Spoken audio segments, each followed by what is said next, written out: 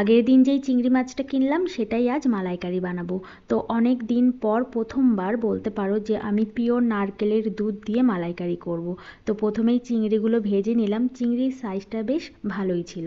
তো প্রথমেই চিংড়িগুলো ভেজে তারপরে আমি আলুগুলো ভেজে নিলাম। আর এই যে পেঁয়াজ, আদা, রসুন, টমেটো সব কিছু আমি গুছিয়ে নিয়েছি। প্রথমে মশলাটা কষে গেলেই আলুগুলো দিয়ে দিলাম। তো আলুগুলো ভালো করে নেড়ে চেড়ে তারপর দেব নারকেলের দুধ।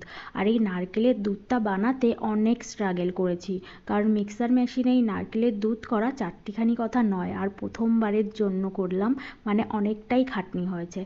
তো যাই হোক, এই দুধটা দেওয়ার পরে একটু কিছুক্ষণ ফুটে গেলে তারপর আমি চিংড়িগুলো দিয়ে দিলাম। তারপর ভালো করে ফুটে গেলে আমি এবার দেব হচ্ছে ঘি আর গরম মশলা। আর এই ঘি আর গরম মশলাটাও কিন্তু আমি এখানে বাঙালি স্টোরেই শুধুমাত্র পেয়েছি, কারণ এরকম ঘি আর গরম মশলা এখানে পাওয়া যায় না। তো তারপরে আমার রান্না রেডি। কেমন লাগলো তোমাদের অবশ্যই জানিও। বাই।